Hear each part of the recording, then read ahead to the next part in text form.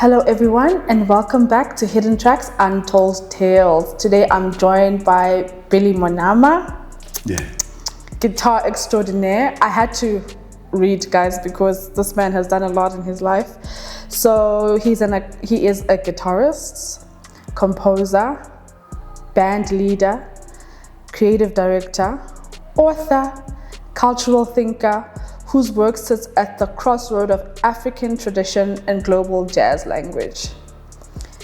Born in Mokopane, Mahwelereng, Billy's musical journey began humbly drawn to his neighbor's guitar, but has since carried him to South Africa's most important stages and collaborations. As a band leader and creative director and musical arranger, he has performed on major platforms, including the festivals like Standard Venture of Jazz, Cape Town International Jazz Festival, to name but a few. He has worked alongside both local artists and international artists across music, theatre, and dance.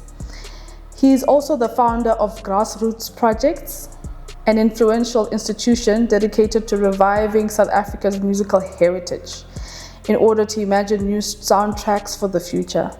Beyond performance and composition, Billy is an author, using writing as another way to document, reflect, and pass on African musical knowledge, which makes today's conversation particularly meaningful,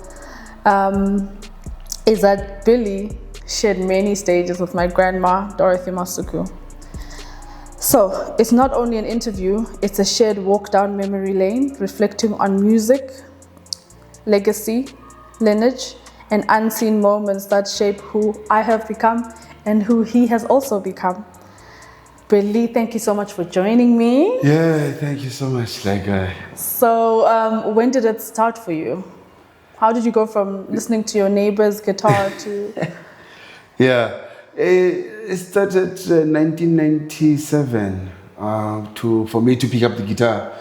But I mean, before then, music was something that it has been always at my disposal, meaning that there will be traditional healers, performing their ritual, and then my neighbor, he will host a stokvel every fortnight, and the music there's no curfew, so the music is playing the whole night.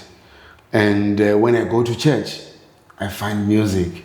So music, it has always been at my disposal. And back in the day, when musicians, they were promoting their albums, there was no iTunes and so forth, so they had to get in a truck and with a generator, and then there's a band performing there. And so we've seen artists performing in the streets.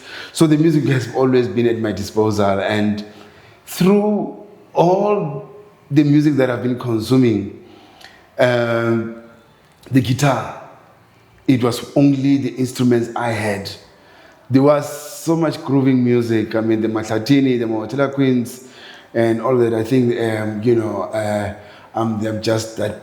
Their protege, I come from that lineage. The Abdullah Ibrahim, the Western Coast and Mahlatini and Mahwelereng Queens. And when I went to church, I saw this guitar that has been playing now in the music on a close proximity. And then I said, this is the instrument that I want to play.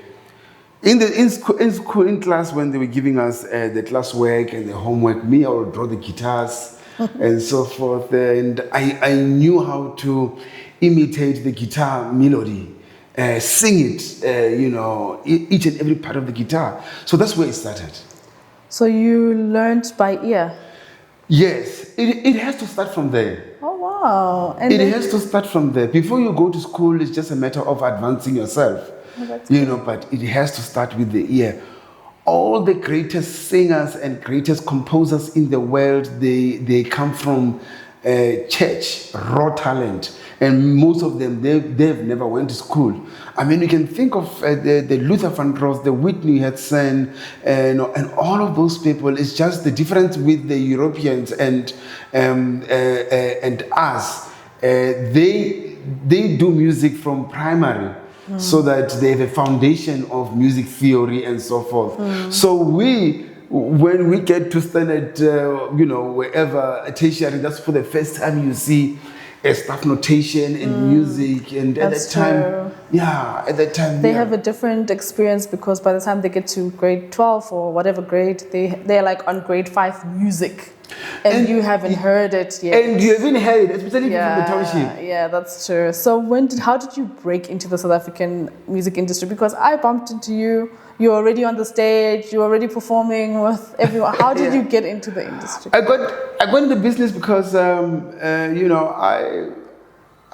before that I studied. I was a part of the SRC at school, and I became more involved in politics, and history was my first love, and I studied history at school. I failed though. I failed my standard 9 3 times, and that's how then things got me to move away, because I lost so many friends of mine who were part of the SRC and so forth, and I studied political science. So now, when I was at the university studying political science, I saw this guy carrying a guitar. Already I've been playing the guitar since 1997. And then I said, no, I want to study this thing. And we had a band in Pretoria called the G7. Okay. And we used to perform in the restaurant. We used to get paid like about 350 somewhere there. And which was a lot of money at the time. Yes, yes. There was a place back under DTI, I can't remember, called Leratos, and then Clubs Galakotani, and we used to play in clubs there. And we played in restaurants. That is why today I don't perform in restaurants, because I had my fair share. It reminds me of poverty and hard labor, because at the restaurant you perform 2 or 3 hours. It's true. You have to keep playing as long as the people are there. You have to play to entertain them. Yeah. That thing is hard labor. Restaurants, no ways.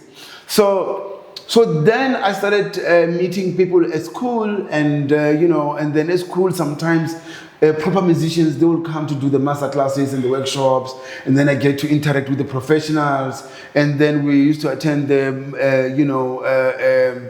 that Grahamstown festival, yes. The youth festival. Then I started playing in bands, and then you get recognized, like, oh, there's this guitar player in town, he's very hot.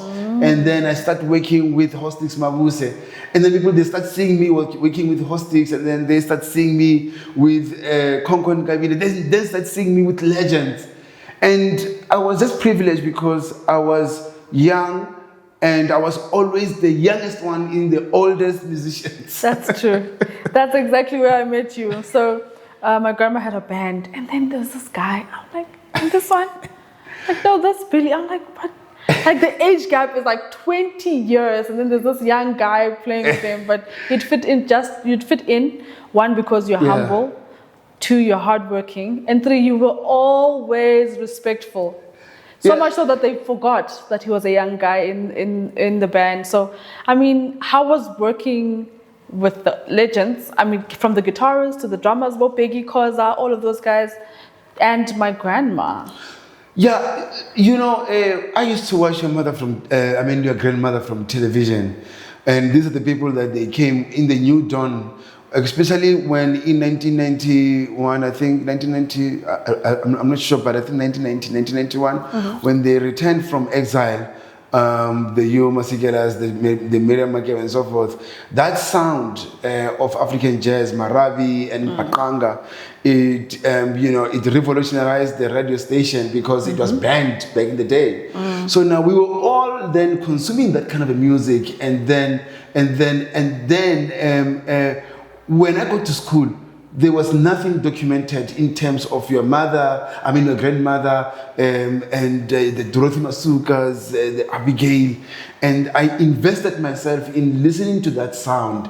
And when I worked with them, then it was like a glove in hand, because I've been wanting to work with them. I worked with Abdullah Ibrahim, and I've dreamt of working with Abdullah Ibrahim for the first time. And when I worked with him, he asked me, "How old are you? Where do you know this music from?" And I said, I grew up with this music. This music used to play from my neighbor.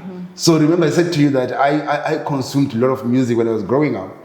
So then when I was working with your mother, with your grandmother, I don't know why I'm keeping saying your mother, your grandmother. Because she was just like my mom. You know, it was me and her the whole time.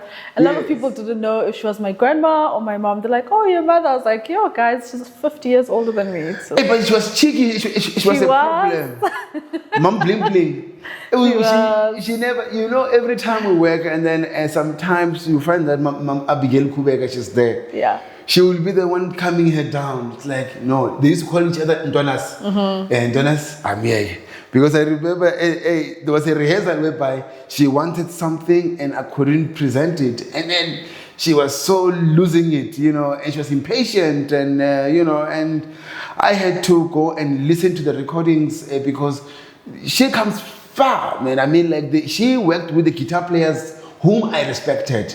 So I had to go and listen to those guitar players as a reference so that I can be in sync with the guitar sound, you know. So it was quite a lesson to work with her, you know, to understand what is Maravi, what does it mean, what is the articulation, you know, of it, yeah. Which is great, and I guess you applied the skills that you learned to your book. Yes. Because when you start talking about the different genres and the different stages of jazz and the guitar, you are actually talking about it from having learned it and sat down and played it over and over and over and over. And you can explain it clearly. So how do you, as a creative and a musician yourself, if someone were to preserve your legacy, okay? Fast forward, someone is trying to preserve Billy, the empire. How would you suggest they go about it? And how would you appreciate being remembered as a musician? Yeah, they have to first think, they need to be conscientized. They need to be African. They need to be proud of who they are as a people. They need to understand that they are the custodians of those who came before us. Yeah. And the soul and the primary objective of this is so that they can carry the legacy on. And if you don't understand why you're doing this, you'll get lost, because at first it was not about money. You know, it was about to preserve that legacy. And to preserve that legacy, you need to understand as you know what we go through, social, economic, as Africans. So they will first to have three things. They need to understand. They need to be conscious, and they need to understand that they are the custodians of the people who came before, and they need to love what they do. Yeah. So if you were to describe my grandma as someone who's actually interacted with her as her career, not her personality. Yeah. Personality, we got strict to Coco. Yeah. She's very strict, very traditional, like old school African mama. That's who she was. Her career for you as a guitarist, musician, composer, what kind of musician and artist and workmanship, how was that experience for you? Do you know that we did a South African songbook, and I discovered that in that repertoire, 85% of the music, it was written by Dorothy Masuka. Dorothy, she was a composer of note. She wrote so many songs. Even Miriam Makeba, she said that, you know, Dorothy, as much as we were the rivals in the business, but she was the strongest. Kauleza, you name those songs. Even what's her name? Yumasekela. Everyone, they sang those songs and they were composed by Dorothy Masuka. The Sibongile Khumalo, they were the protege of that sound. You know, Hamba Nontokolo. Today, that thing is being created as a medley. If someone wants to say we are doing a tribute to Sophia Town musicians, I'm sure 100% of the music, it will come from Dorothy Masuka. And so as me, the guitar players who worked with Dorothy Masuka, that I reference from the Enoch Tabete, those guys were born, those guitar players, they were born in 1924. General Duze was born in 1924 as well. Stanford Tiu, all those musicians, they worked with Dorothy Masuka. So I was privileged to be perhaps the last generation that she worked with. And those people, they never took rehearsal for granted. That's the important thing that I've learned. They want to be prepared. They've never taken a audience for granted. And also, Ubuntu, they understood consciousness and humility and who we are in principle as Africans. I remember we were doing a gig, a tribute to Miriam Makeba. We were in Newtown. When we go to Newtown, there was this pop artist, I can't mention her name. She was wearing a mini skirt, super mini skirt. And then they look at each other. It was Dorothy Masuka and Merlo and Thandiswa. And then they look at each other and tell us, where is she going? And then they ask her, hey, Bakanje. And then they start speaking that Sophia Town style. Bakanje. It's like, I'm going to perform. I'm Mama, she took a scarf. That's where we come from. And Sibongile Khumalo was telling a story that, Billy, never dress like you're going to the shops when you go on stage. Wow. I think Dorothy Masuka came to me when I was doing a gig at Kippi's, and she said, "What going to a shop?" So you look at how they dressed, those musicians, that generation. That's true. That generation, for me, it was what I want to say that it fought for this country, the emancipation of this country. If you listen to the lyric of the songs that they sang, and you'll understand why their music was banned. Yeah. And then interacting with them. Remember, there are stories that are not told on television and all that. I get to listen to their gossip, listening to them when they speak. I remember we were in Durban. We flew to Durban. Were you there in Durban? I was with you in Durban. I was with you at the Cape Town Jazz Festival. I was with you. I was managing my grandma's career, so I was always with you guys traveling in the background. Yeah. So there was a guy who came there. They were sitting on the table, so the gig hasn't started. And then I think this guy was an organizer or something. Yeah. And then he comes there, he greets everyone, he greets Mom AB, he greets everyone, and then he doesn't greet me. And it's like, hey, do you know this guy? Why don't you greet him? You must greet him.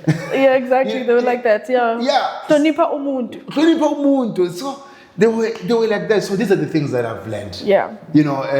From her repertoire and also her humility. That's true. I mean, that's true. It was true for me as well. If I left the house or on a Sunday and my shoulders were showing or I was wearing flat shoes, she'd ask me, where are you going? I'm going to church. It's like, looking like this? You can't leave the house. You don't dress. Would you go and meet an important person? If I said to you today, you're going to meet the president, what would you wear?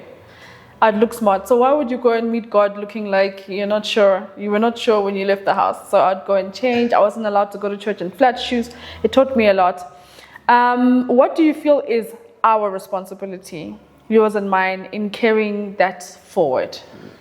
It's for us to realize that, we are the custodians. We are here for a purpose. Musicians and artists and everyone who's in a creative space, they need to understand that they have a purpose to do. Yeah. Everyone, we are here to tell the story and carry that story forward. Yeah. The videographer. I don't think that the people who are filming this thing, they're just doing it. They are storytellers, because after this interview, they're going to edit. And how they're going to edit it? They're going to edit it that this interview, it tells a story. Yes. So they are storytellers. So now we need to be cognizant that we as creatives, we are, the custodians and the storytellers of our people. Of the things that you experienced, right? Live experience. What do you think people had to be there to truly understand about my grandma? Not the magazines, not the newspaper. What do you think they had to have experienced about her to truly understand who she was as an artist? He was misconstrued as someone with the ego, pompous, But when you get close to work with her, that is why someone used to call her, what Prince was calling him, Mama Bling Bling. I remember this. So after, I think Mandela, when he passed on, a day after, there was something where we were supposed to go to Kimberley, And then there was an agent call that came. We were at Mom Abigail's house in Soweto, and then the call came that we must come to. There's a place. Oh my goodness! The old Soweto where there used to be a Pelican Club. Yeah.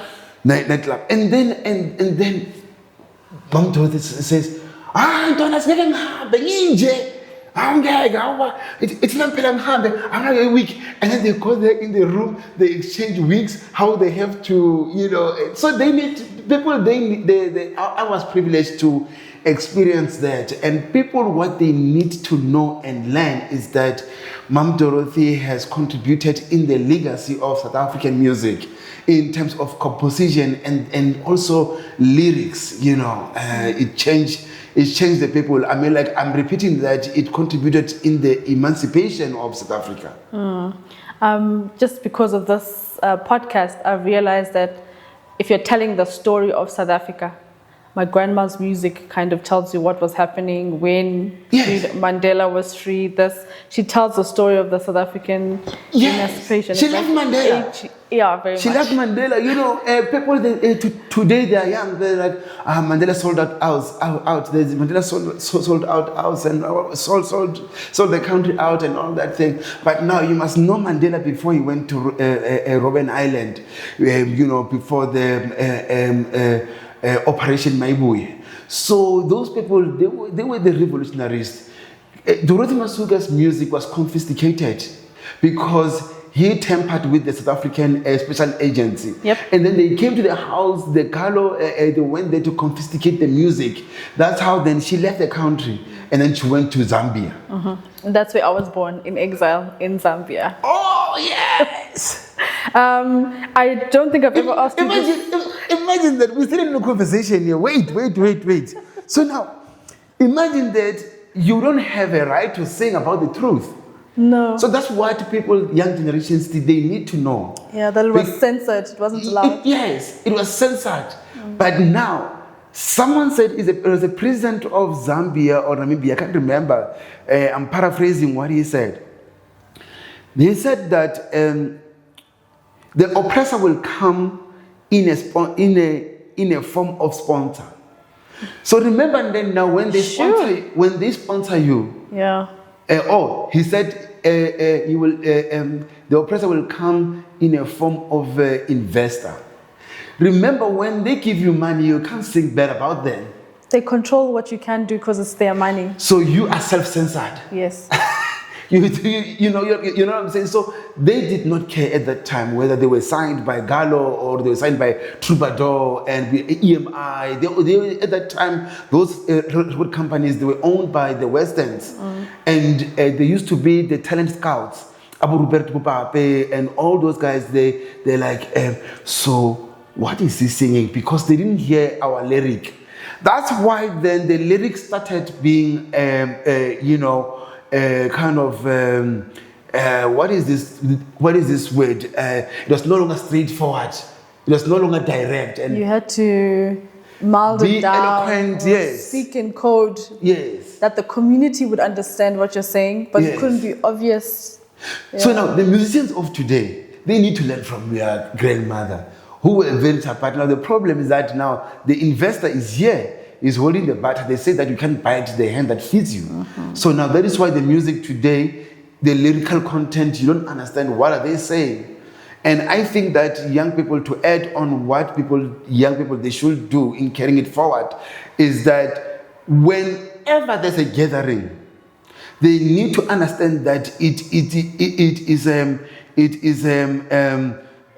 it's not just a gathering of people getting drunk. They need to be aware and cognizant that this thing, it is a mobilization of consciousness.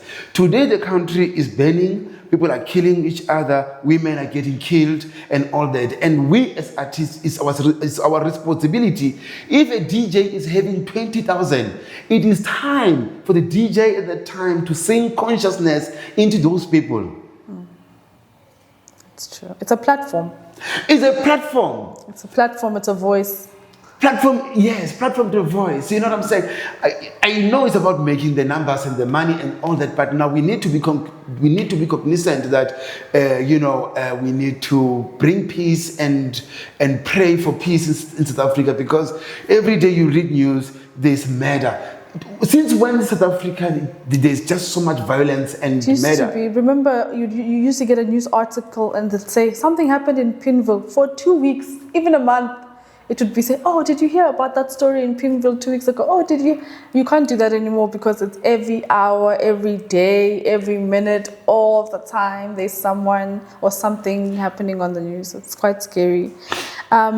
This chapter of your life when you were this young guitarist, you've obviously evolved. Yes.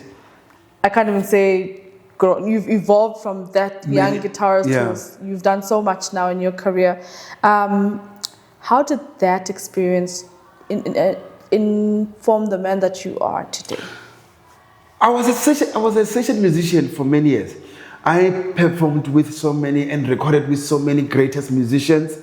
And for me, that was a classroom. I've learned so much. I've made contacts. I made relationships and so forth. Because I knew that the future is waiting for me. When I was interviewing musicians, and I got to realize that, Billy, do you want to be like this in the next 40 years? Do you want to be in the next, because many musicians whom I interviewed, they tell a story that, oh, Billy, I used to travel, I used to be busy, and now I don't even have anything. But now, how do I change that cycle? So in 2018, I realized that there was a little change for me, that I'm no longer that session guitarist who's baking all these superstars and greatest musicians. I decided to release an album in 2017, actually, and I wanted to do a solo career. And because I knew my purpose, that I don't want to spend the rest of my life being behind the greatest singers. And I started writing proposals for projects now. But now, someone said to me, Billy, what is it that you are passionate about that makes you different from the other guys? Because now I was not getting the jobs anymore of session musicians, because my fees, they were too high. No one could afford me anymore. Which it was fair, because you had the experience. It's not like you just came to the scene and you're like, I deserve this. You actually worked your way up, and then you're like, actually, with what I know and what I can do for you, I deserve it. Nah, for me it was about that. Would say, if I leave my house, I need to be paid well as a session musician. Yeah. Then I started writing proposals, and then I started with the Grazroots Project, as you mentioned in the intro. So the Grazroots Project, for me, it was a project that I started. I saw it. For me to touch a dream. Someone says to me, success, what is success to you? Some people, they will mention like, oh, I have this huge money of amount. For me, success is when I can touch a dream. Something that I thought of it from paper to reality.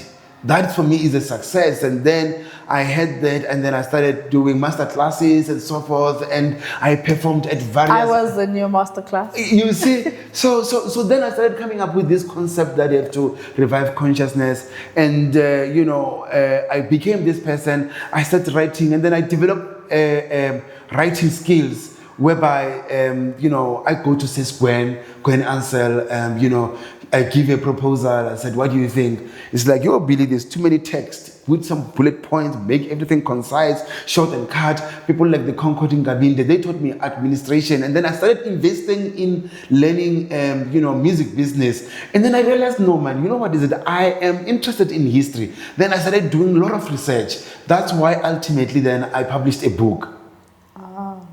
Because now I saw a gap that there is no book at all, and life that we live on, we are operating on borrowed time.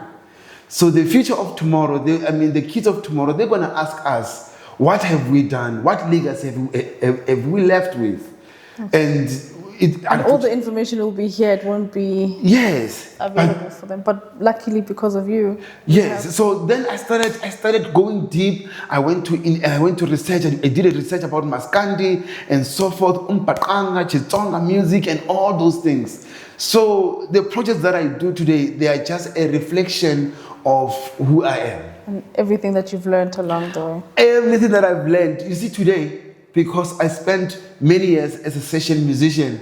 When I book a band, I'm booking a band. You know exactly what you want. I know exactly what they are going through. Yeah. A band, someone is not even is not even in a position to afford a petrol to come to the rehearsal. No transport to come to the rehearsal, no food. When they get there, they're hungry. So if you can give them lunch, tea, the simple things, because you know from the experience of yes. Yeah. So being at the position where I am right now, I'm a producer. I produce concerts. I've got properties that I'm taking care of. Yes. Actually, from tomorrow, I'm opening the tickets. The concert is coming back on the Rebirth of Ubuntu. It's coming, and I got some. So where's my T-shirt, Bill? It's coming. Okay. I can't know. I rebranded, so I mean. I know. I made only few, so I was just testing people. They're gonna love it, know. So now I got like I'm doing partnerships. I've grown to engage with people with business mind every day. I don't hang around with musicians. I'm still answering your question. I don't hang around with musicians. I hang around people in the marketing, the marketers, who make me to understand that Billy, we have a talent, but how can we take that talent to make money? Please say that again. People need to understand that talent is not enough, because if it's talent, you have the talent. Yeah, you have the skill. Actually, you are like exceptional. You're not even an entry-level guitarist. Even if it's just the guitar we're talking about, you have exceeded with the skill, and that is not enough. You need to like say that for the people at the back. For me, it's sustainability. How are you going to sustain it? Because I mean, like being a musician is seasonal. Yes. You can be a popping musician right now, but 5 years down the line, someone else comes, and you are a history. And so now, while you're at the peak, what do? You need to invest in the future. And the problem is that the concentration of someone while they're at their peak is different, because now you can't think of your future, because there are so many gigs, you are distracted, you can't think. Only when the gigs are starting to go down, to slow down, that's when it's like, yo. And then now you start blaming everyone. You start blaming your record company, you start blaming Sambro, you start blaming everyone that they stole your money. You start blaming your manager. That's the thing. Oh, that gig, you said 15%. Can you show me the paper? Because now the money is decreasing and you didn't think about tomorrow. I know many artists that I used to work with. We used to be on the road every weekend. I never been in their house on a Saturday. Only now, back then I was always on the road. And then this artist today, from having 5 gigs in a week to nothing. So we learn from those people, and then we're like, do you want to be like that, Billy? And then I said, no. I mean, that's a sad reality of the music industry, that when they're older, we can't even afford to bury them, because there's no funds, there's no money. You go to where they live in the township and they're struggling, and you can't believe it's like, you are South Africa's icon or heritage, or, we can't speak about this country without talking about you. But right now, there's no bread in the house. Yeah. There's nothing. I don't know how to fix that. I think it's a long-standing issue for musicians, that when you get money, investing, saving, thinking about the future, I think it's something that needs to be taught, because it's happening over and over, no matter how big the artist is, over and over again. When we lose them, the government needs to come in to help pay for the funeral, because there really isn't any money. So I'm glad that there's now artists like you who are teaching us that lots of other younger artists, they're owning their masters, they are, so things are changing slowly. Yeah, that question of what needs to be done, I don't want to get into it, because it's going to take a long time. Yeah. Because I've contributed in the creative economy, creative sustainability. So that is a different conversation. I've presented a thing, at the master classes. But when I wake up in the morning, I'm not thinking about playing the guitar and so forth. By the time I play the guitar, I've already worked.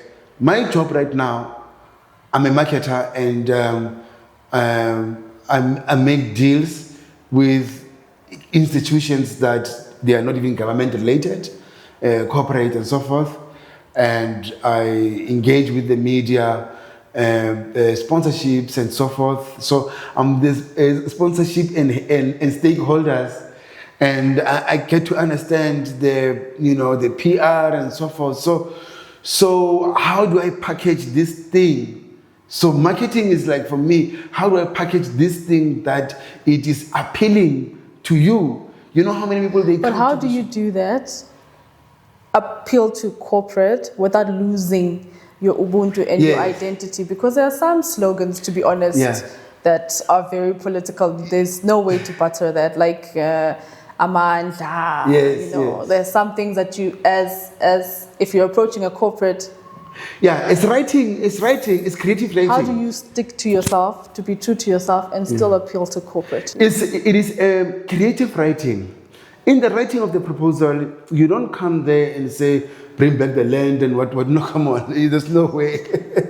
there's no way. Heal our land. Bring back our land and so forth. You need to find a way of saying something without upsetting someone. And Sibongile Khumalo had an art to do that. You see, I've learned those things. Because Sibongile Khumalo will say something to you and receive it and say, thank you, Mama. So creative writing, it is to package this thing, to tell this thing that, like, no, our project is about Rainbow Nation, cultural diversity. This is who we are. We are not about bring back the land. That is the job of the politicians. You make it from this first slide executive summary.